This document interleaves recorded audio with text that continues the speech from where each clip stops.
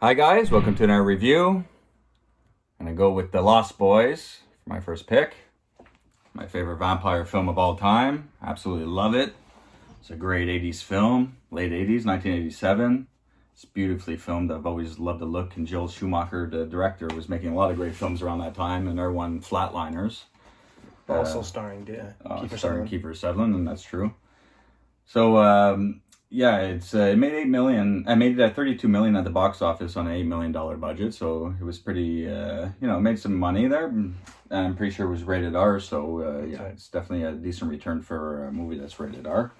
The effects are really good too. Yeah, I mean, all the practical effects were. I love this scene, the big feeding scene later at the end there, well, near the end. But all the practical effects, the vampire stuff is all well done there. There's a couple CGI moments later on when he's like looking in the mirror and all that. But I mean, it's very, very minimal scenes with CGI. For the most part, it's just camera magic, like panning in and his point of view as if the vampire is flying. Oh, it's beautifully shot. Yeah, it's good. Yeah, it's definitely. It's also one of my favorite vampire movies. Yeah, for sure. I mean, it's got. I'm sure it's like in everyone's top three. No, for sure. It's so good.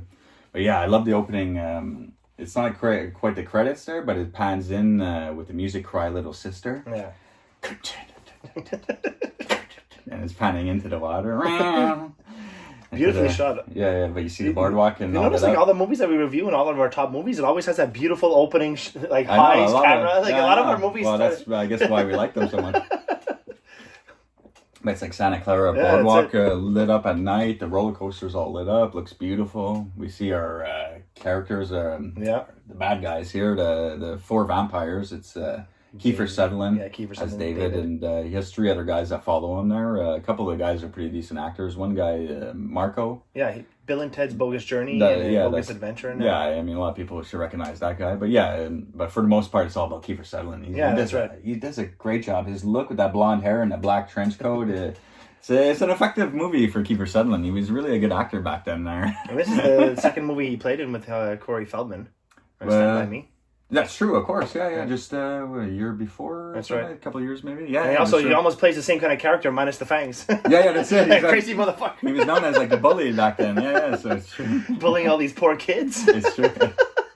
We go to the boardwalk and we see him and his three vampire friends going around the carousel, and they have like a scuffle with some punk guys on the carousel and stuff like that. What are these adult teenage guys doing on a carousel? I guess they're so bored. I mean, with all the other rides, hang on the carousel. I thought it was for kids. They're looking for their next meal. Fuck.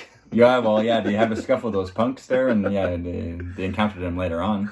But the security guard comes and breaks it up. And I guess he encountered these guys before because he tells them, "I told you to stay off the boardwalk." You know, he's choking Sutherland with a baton. Yeah. And like Sutherland's like laughing. Like, we'll see you later. But yeah, so then you see the shots of the amusement park closing down, the lights, shutting down on the roller coaster. It's all nice, it's all blacked out. The security guard's one of the last guys walking out in an empty black parking lot towards his car. It's like in the middle, the only car there. Then you see the camera pan in. It's supposed to, I guess, from like a point of view, vampire point of view. Vampires coming, but you kind of hear them like laughing too. Yeah, that's it. So for sure it's supposed to be the vampires, and they come down. Guy, he's holding on to his door. He's like holding his hat. He's running towards the car. But like, guy, if the door's locked, get your key out. He's like, let me just pull on it until they get me, and then they take him in the door. Fuck. It's great though. It's a great little opening. But then we get like our title sequence the next day. I think it's Corey Haim and Jason Patrick. That's right. Play brothers with Diane Weiss as the mom driving into town. Yeah. Edward Scissorhands. She was famous for Edward Scissorhands. Yeah, for sure. That's one of her famous roles. Plays Avon calling. Yeah. No, she's like such a soothing voice. Yeah, that's a motherly role. She's like the best for those, But so we drive into Santa Carla. We got the Doors playing, or no, not the Doors. Well, it's not the Doors. It's another group. Yeah, Echo and the Bunnymen. I think they do a cover of the People Are Strange. That's it. But that song by the Doors is my favorite. So no, it's so good. It's so good. It's just a great song to bring you into Santa Carla and they're around the boardwalk. And the murder capital of the city on the back of the billboard. It's beautiful. Yeah, but while the music's playing, they get a shot of like everyone around the town, and it's like. It looks like just a terrible place, like a lot of... Jason Patrick's looking for a job. He's just like, hey, you got any work? And the guy's just like, nothing legal. Yeah, that's it. His little clips like that at the beginning of them getting situated. But they're actually going to like live with her father and their grandfather, I guess. They show up. They thought he was dead. Yeah, they show up and he's just lying on the balcony. Not even moving. And then the mom's like, he's a heavy sleeper. Like, what, he just passed out on the fucking balcony, this guy? But he's just fooling with them, whatever. They get settled in the house, still looking around and stuff. I like the line that Corey Haim says when he first goes in. He's like, it looks like Texas Chainsaw Massacre in here. Because he's like a taxidermist. Yeah, that's he it. Stuffs a bunch of things. And he's like, just stay out of this room. And don't touch my double stuffed Oreos. Yeah, he has this fridge, he has this little section, I think it says old fart, and then has his root beers and his double stuffed Oreos, don't touch. Got some wheat plants. He's growing reefer in the back. You see Jason Patrick? Corey Haim and Jason Patrick look like good brothers. So they really play well together. I bet you the cast were out there really smoking that weed too, though. Enjoying that. Who knows? Feldman and Haim. Well, probably Feldman. He's probably, I don't know. Haim looked like he was untouched at that time. Yeah, until Feldman got his hands on him. I guess that's their first movie together. That is their first movie together, yeah. Yeah, they played. And after that, License to Drive and other things. Dream a Little Dream. Yeah. The Two Corys show was really good. Yeah, of course. The Two Corys in the late 80s, early 90s were a big thing there for a little bit. But yeah, so it started with this. The Lost Boys was a huge hit, so it was. It's just a fun movie to revisit. Today, absolutely. The music, the actors, the look of the film. I mean, just look at the lighting and everything, the direction, the widescreen format. It's just a beautiful looking film. I mean, I really loved it. This feels like a John Carpenter film to me. Like, I wish John Carpenter directed this film. That would have been awesome. Well, I mean, it's still awesome, but you know what I'm saying. Anyway, so we're at the grandfather's house and all that, and they go later that night. Well, actually, in the house though, like Corey Haim is like freaking out. There's no TV and all that. No, that's it. Like, there's a TV guide though that Grandpa likes to read. That's it. He's like, you see this? Don't pierce the corner. Yeah, that's it. Because that makes me angry. And he's like, wait, you have a TV? He's like, no, I read the TV guide. I don't need a TV. Yeah, you got a TV guide. You don't need a TV. Then we go. We get a night scene of them, like just checking out the boardwalk. It's Jason Patrick, Corey Haim. Jason Patrick plays Michael. Corey Haim plays Sam. They're checking out like a concert going on with a big Jack guy. Tim Capello, bro. Yeah. I still believe. There's a big sax one. I'll walk that guy. I'll sock that round. He's really into his music, that guy, bro. But that guy's a big saxophone player in real life, though. He was a saxophone player for Tina Turner for the longest time. For real? I swear to God. Yeah, I guess that's where he was known, Really? But he broke off on his own a bit in that song, Still Believe, that song he's playing at the boardwalk. I love that song, bro. And that guy, he's so buff. He's got a perfect... he should be at like a Muscle Beach working out. This guy's playing sax on a beach. He's got that real He's rock really and roll into it, sax, too, bro. He's though. really into it. He's making it sound like an elephant at some scenes. He can really blow that thing. Oh, Jesus Christ. But they're checking out the concert, and Michael Jason Patrick sees Jamie Gertz, Star. Star. Yeah, she's from Twister. And, well, it's okay because they're both hippies. Apparently, their parents named him a fucking moon sand or something. Moon dust, moonbeam or something. Yeah, so she catches his eye. Moon sand. Yeah, because he introduces himself, and she's like, "My name's Star," and he's like, "Oh, I was this close to being called Moonbeam or some fucking shit." But right before that, he's like, tells Sam, "Don't you have something to do?" Because he wants to follow that girl. Yeah, and get to know her. And he's like, "Yeah, actually, He goes checks out the comic book store. That looks like a nice little set, though. I like that set. The comic book store on the especially in the '80s, man. Everyone had a comic book store. Everyone had a video store, which the mom, because we find out the mom is actually on the boardwalk too, but she's going to look for a job. That's exactly where I'd want to be, man. Comic book store and a movie store, right there, man. It looks like a rough place to live, but I mean, it's got everything I love. So I don't know. Maybe I can make it work. But we get Corey Haim meeting Corey Feldman and his frog brother, the Frog Brothers. Edgar Frog. I guess they work at the comic book store. Their parents own it or something. I don't understand what they're doing. They're like hippie parents. They get a shot of them. They're like falling asleep in the corner. The very first time I saw this as like an adult, once I know who Cheech and Chong was, bro, I thought that was Chong. Who, the father? Yeah. It's just like, you get him for 2 seconds? Yeah. Kind of looked like him there, I love Corey Haim and Corey Feldman. They're like, that's a great thing. They're like scoping him out. They're like, It's like, I'm just checking out your civilian gear. Yeah. And he's like, yeah, you have a Superman 14? There's only 4 of those in existence. He's like, that's a pretty crazy book. Yeah, that's a serious book, man. It's Corey Feldman.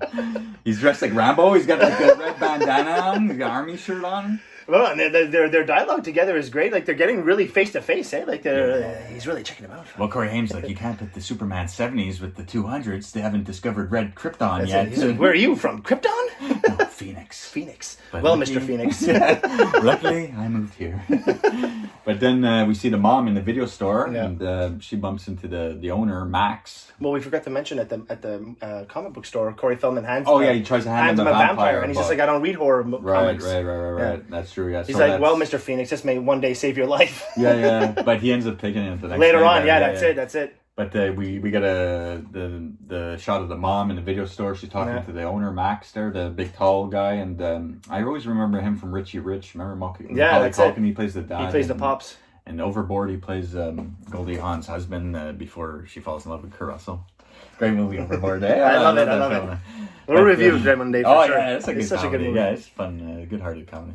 But so he plays in those films, and he owns the video store, and she's like looking for a job, and but he kind of like he's kind of into her, so that's it. They kind of go out a few times during the film and all that. But I always found it funny. I don't know if you noticed in the video store, the girl working behind a counter is Kelly Jo Minter. Really? From People Under the Stairs. There. Okay. I don't know if she's black or mulatto or something, but she has the black frizzy hair. Summer School. She plays in tons of. I think Nightmare on Elm Street Part 5. Yeah, so I always thought it was funny because she hardly has any lines and she's just working behind the counter. It's like, yeah, if you didn't watch the film a few times, you may even miss that she's in the film. But so she works in there too. But yeah, so she's trying to get a job. She talks to Max and all that. But you see David and his crew like in the video store as well, and they're like, he looks at them. Yeah, he's like, I told you not to come in here. So I guess these guys have been told to get lost many times. They don't give a fuck. But I kind of made like a connection, like later on watching it, like as an adult now and knowing the movie The Omen. Damien Thorne. Yeah. The Thorne family, you know what I mean? That's it. His dog, his name is Thorne. That's it. So it's kind of like, like if you think about a little hint, like, if you think about that, like later on in the movie we're going to get to it, but like just that word Thorne. Thorne, you know what I mean? It's just like now that you mention it, Halloween 6, the Mark of Thorne or whatever. The Mark of Thorne, it just got me thinking that like this is like a key or a trigger word to set you up to tell you that this is the bad guy, you know what I mean? Because we find out that the tall guy that she gets the job with and goes out on dates is actually the head vampire. That's right. Max is the head vampire. Yeah, that's it. So, but we just finished up with Corey Haim and his brother on the boardwalk, and he's following Star, and she takes off with because I guess she's with him. We think at the beginning or whatever. She drives off with Kiefer Sutherland and his crew, and so he strikes out. There's like a little. They look at each other there, a little laugh, and he just drives off. But then. We get the death of the boardwalk punks, though, like the guys that they had an altercation on the carousel at the beginning. They actually steal, some comic books from Corey and they're reading it in the car. Yeah, while like I think they tear off the roof, and then they're like point of view kind of stuff, and the guys are like, ah! And then they get ripped, into the sky. Fuck it. I mean, it's effective though. It works, for an '80s vampire film. I never minded it. So yeah, we get another death scene with that, and then get the next day, and it's just a little funny scene. Corey Haim and his grandfather in the garage, and he goes and sits in the car. Yeah. Oh, we're going to town. Starts the car, the grandfather. Closes it and gets. All right, that's as close to town I like to get. Corey Haim's like, what the fuck? This guy's such a whack job. He's been smoking too much of that reefer. But he ends up going to the comic book a little later that day by himself again, and he actually gets handed the comic book again, and he's like, call the number on the back. Hopefully you'll never have to call them, because they know the place is infested with vampires, but Corey Haim doesn't believe that crap, and he's not into horror comics, but he gets forced to take the comic book, so he takes it this time there. And then we get the night boardwalk scene where Jason Patrick and Gertz meet up again, like he kind of sees her again. Yeah. And they start talking. That's the scene where they start talking about, my name's Star, and he's and all that stuff. So he's like, you want to take a ride? And she's like, sure, and she's about to get on his bike, but the crew shows up. So Sutherland shows up to ruin the day again. So he's like, Star. Yeah, Star. Star. You gotta come over here. Yeah. So Jason Patrick's like, watching her leave with them, so he jumps on his bike there. But I think Kiefer Sutherland says like, like follow us or something. Yeah, he's like, I can't keep up with your bike. Yeah, like, you don't have to keep up, David. No, you don't have to win. You don't have to beat me, David. Yeah, you just have to no, keep up. You don't have to keep. You don't have to. You don't have to beat me, David. You just have to keep up. Well, it's Michael. Oh yeah, sorry. David says that. My God, we're having a brain fart here. But yeah, David says to Kiefer Sutherland says to Jason Patrick, you don't have to beat my bike. You just have to keep up. That's right. So they go fucking storming down the boardwalk steps onto the beach, and all that. And Jason Patrick tries to keep up there. And they go right up to... I love you got an 80s song going on. And the big chase.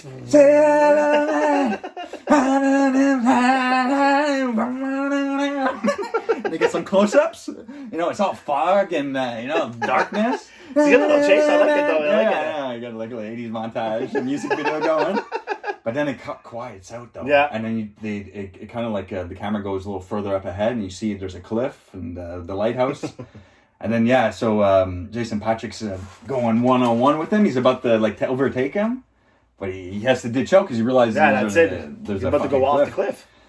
So Christ, he hits Kiefer Sutherland, and he punches him right in the face. He's like, just you. Just you. He's like, you're about to fight him right there. But he's like, Kiefer Sutherland goes, how far are you willing to go? He's just like giving him crazy dialogue. Then he just follows him into their lair. So I guess their lair is just down below that cliff there, So yeah, but I love the look of that lair and that little spot where they hang out and stuff. Yep. They got like a Doors picture on the wall and just curtains hanging down. And it's all this rundown. I think he says it's like an old hotel or something that got collapsed. Yeah, but it's a nice scene though. Yeah, it's really a really good set piece. I'm pretty sure, But yeah, so they go into there and. They're like eating, they're like Michael doesn't know, Jason Patrick doesn't really know what's going on. That's it. He doesn't know. He just thinks they're normal people. Or just bad guys, guys. He's looking to maybe here have some rice. Yeah. So seems like a bad crowd, but he hands them some food, some rice and stuff that. And he's like, how do those maggots taste? He fucking throws it down. He sees that it's rice. Rice, yeah. So he's like playing mind tricks on them there. He's like, here, have some of my noodles. Yeah, that's they're worms. They're worms. What are you talking about? They're not worms. He's eating them. Fuck. He's like, don't do that. But then he sees their noodles. But then they break out the wine, or Kiefer Sutherland tells Marco to get the blood, or he whispers in his ear. Now you're gonna be one of us. Yeah, one of us. You're gonna be one of us, Michael. Yeah. I like the overlaying shots, and they got the cry little sister. So good, bro. He's drinking the wine. And he's like, but he thinks it's just like wine, and even Star says, "Don't drink it. It's blood." And he's like, "Yeah, right." So he's kind of takes effect on him a bit there. He's partying. The guys are all having a good time. Michael. Bro, was that song "Cry Little Sister"? Was that made for this movie?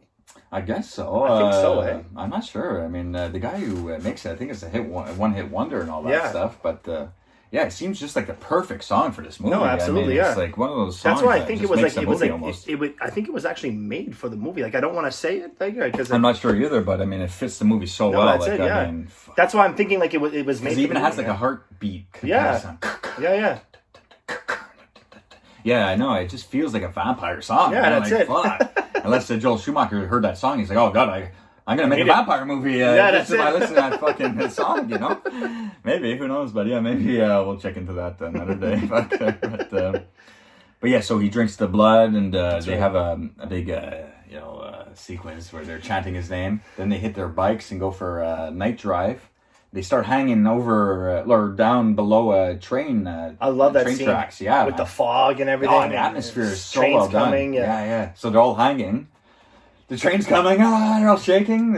Geronimo. Yeah, all the other guys are like fucking Jason Patrick's like, what?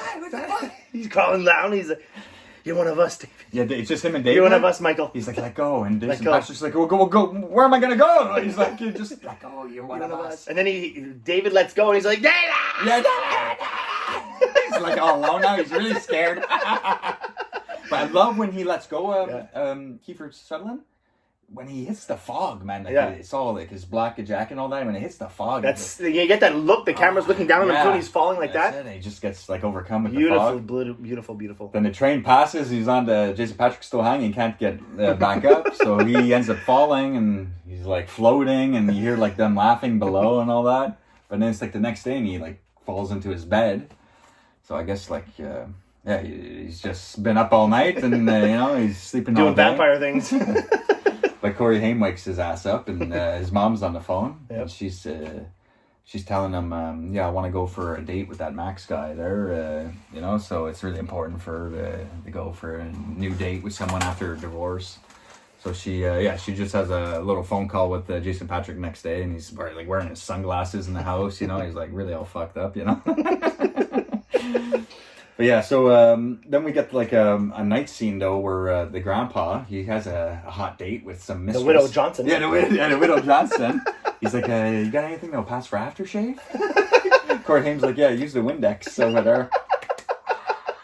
This grandpa's role, he's so good. Yeah, he's a fun part of the movie for sure. It's funny. There's always like an older funny person in these Haim movies. You got Busey and Silver Bullet. You got the grandpa in this one. Yeah, well, it's good. It's a good cast all around. Though. Yeah, that's it. It's awesome film. Jason Patric, I love him as an actor, honestly. Yeah, I know. I wish he made more movies. Yeah, he did Rush and Rush. Oh, yeah, excellent film. Yeah, for sure. But then, that night when the grandfather goes and the mom's out on her date with Max at the restaurant, we get like a sequence of like all the bikes and the lights flashing towards the house. Yeah. Jason Patric goes to open the door and they're like all gone. It's all quiet. It's like the vampires. It's the mind games, man. Yeah, because he doesn't really fully understand what he is yet. That's and right. They're like kind of like just so hovering around him, and like chanting, trying to lure him closer. God. Yeah. But he opens the door and it's like all blank. And Corey Haim's like, "What's going on?" He's like, "Go take your bath." And he's like in the bath. Corey Haim's in the bath. He got shampoo bubbles everywhere, bubble bath. His dog Nanook is down below there, guarding him.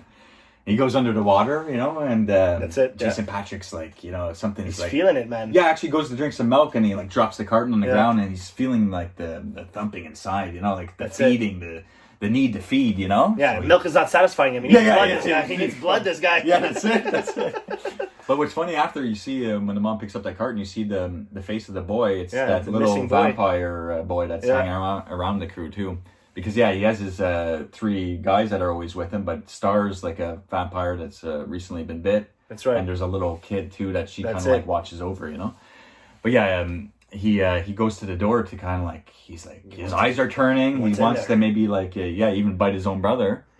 The dog Nanook. He fucking senses him. He opens the door. Corey Haim's under the water. Dog jumps at him. It's a big fucking dog, dude. Yeah, fucking goes right at him. I guess he flew him down the stairs. I don't know. Yeah, because he ended up bit his hand. He's like all cut up. Corey Haim, what the fuck did you do to my dog, you asshole? Doesn't care about his brother falling down the stairs. What'd you do to my dog? Yeah, it's true. Yeah, it's like, well, you bit me. Yeah, that's it. But he cares about your fucking dog. Your brother can be dead. Named Rabies. Well, then he finds out a split second later that his like reflection is disappearing. She's like, I can't believe it. My own brother. He's like, Michael, look. Yeah. My own fucking brother's a shit-sucking vampire. He goes running into the room, calls the Frog Brothers. You gotta kill him. You gotta kill him. He goes, well, is his fingernails longer? Does his breath stink? He goes, yeah, his fingernails are a bit longer, but his breath always stunk, though. And the Frog Brothers are like, yeah, he's a vampire. Yeah, you gotta kill him. You gotta kill your brother. A stake right through his heart. He said, he's my brother, man. And then Jason Patric's in the next room, like lying down. That's it. Starts levitating. Yeah. He's grabbing the phone, and he's going out the window. His feet are like hanging by the window. Corey Haim calls his mom at the restaurant, or I think his mom calls him. That's it. And Jason Patric's on the other phone too, and he's like floating outside. He's listening to the whole thing. He's like, Mom, oh my God, what the fuck is going on? She goes running out the restaurant. Poor Max can't catch a break. He's just looking outside, having some champagne. He sees his date running to her car. So what the fuck is that? But yeah, Mom, get home right now. But then he lets his brother in, and he's like, "Come on, we gotta stick together." Yeah, okay. And then when the mom comes home, he's like, "Oh, I was reading a scary comic book." Scary comics, yeah. She's like, "What the fuck? You got that intense over a comic book?" Jesus Christ. Well, she's like, "It was a scary comic book, man." No, it's great, man. This movie's so good. And then when she picks up the milk carton, you see that kid on the cart and everything. It's just so awesome, man.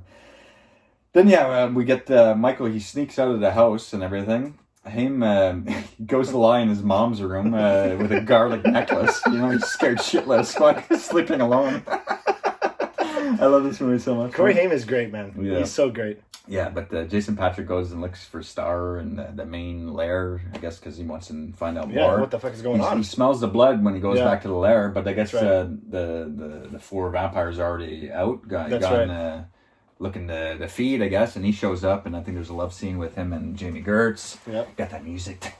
It's so good. It's like a music video I've ever seen, bro. I'm pretty sure it was fucking made for this movie. Oh, I know. Every part that it plays in, honestly, it's so great, man. It's so good, this movie, man.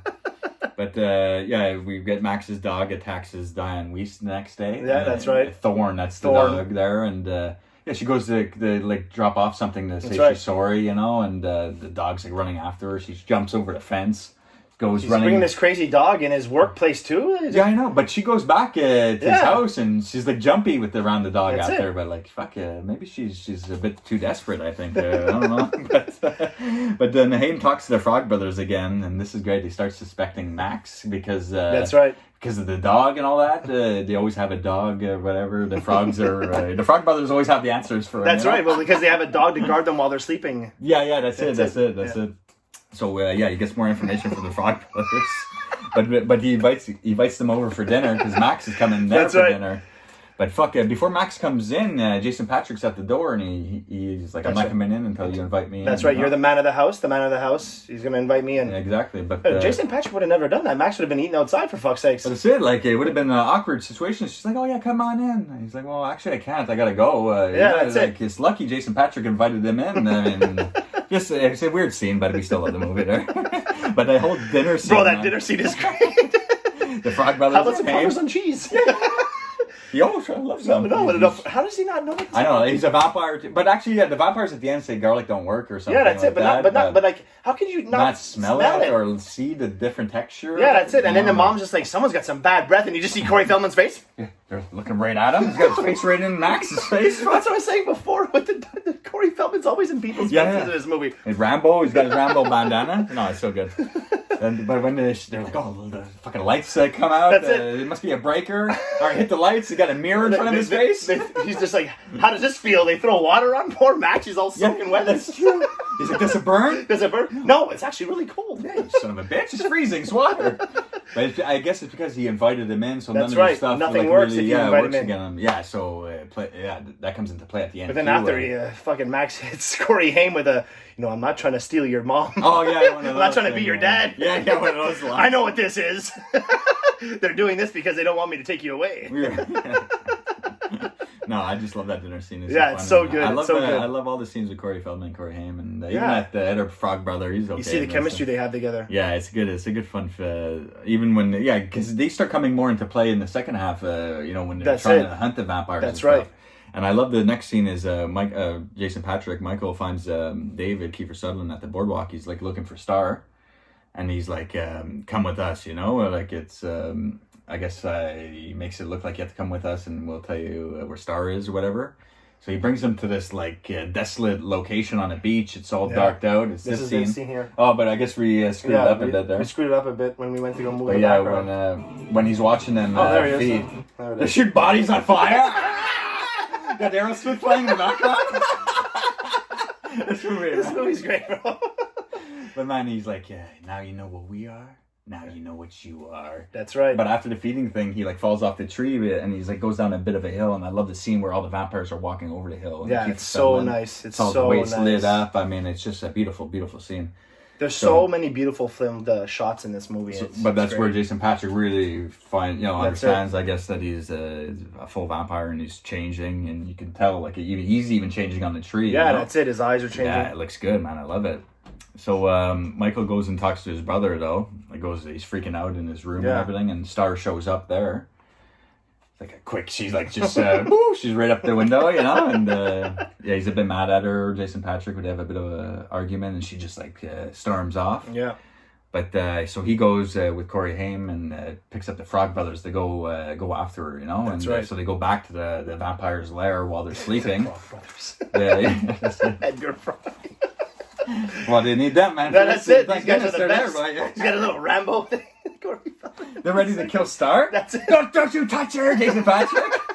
Oh, okay. Well, they'll kill everybody else, though. But Corey Feldman's like, I just want you to know, if you turn on us or vamp out in any way, I'll take you without even thinking twice about it. Corey Haim's like, calm down. That's the first time they used that word vamp out in a vampire movie. Really? Yeah. Oh, yeah. It seems like they used it later on in all kinds of that movie, Buffy the Vampire Slayer there. The 90s, late even 90s. Even the show too. They used that a lot, vamp out. But it was first used I guess it was first popularized in this film. It's great. Vamp out. It's so good.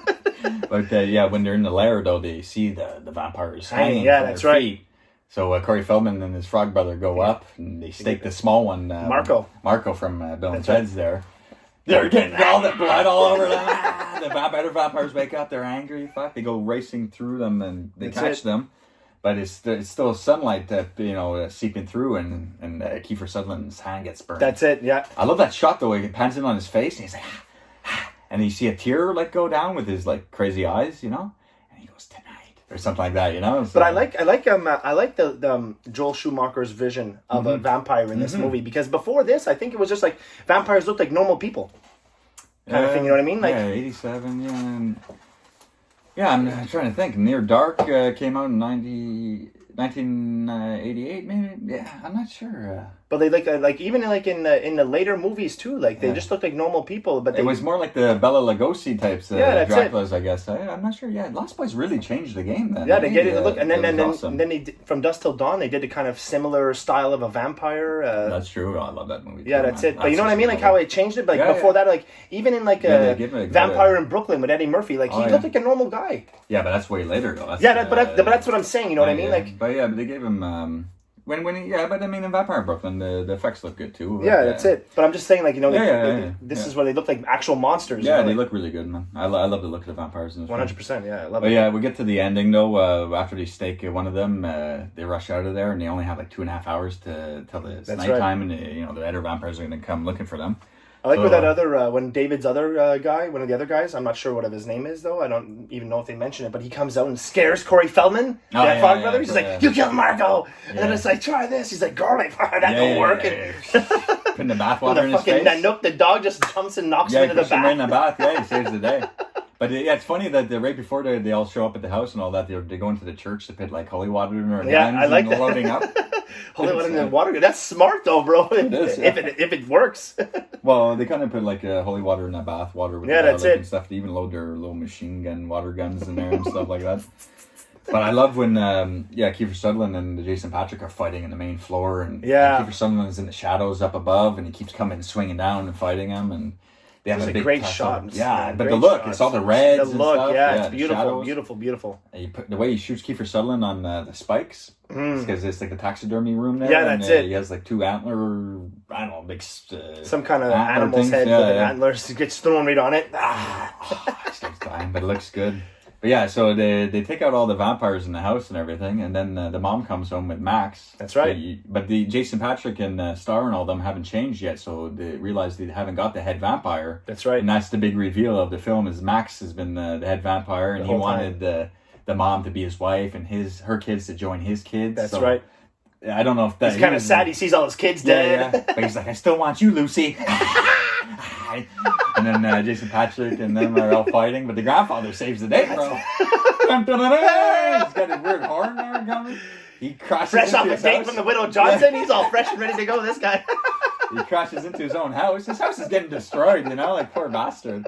One of the huge wooden spikes goes right through the fucker, man.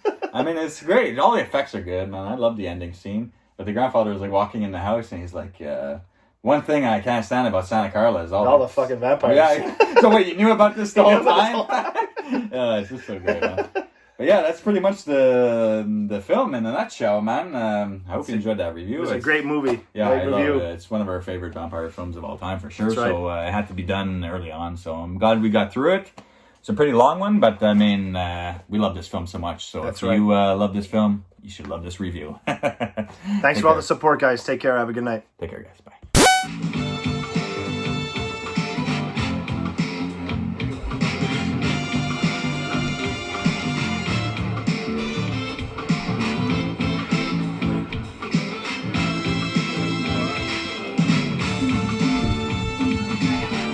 You got a lot of nerve showing your face around here, Hauser. Look who's talking. The Daigler.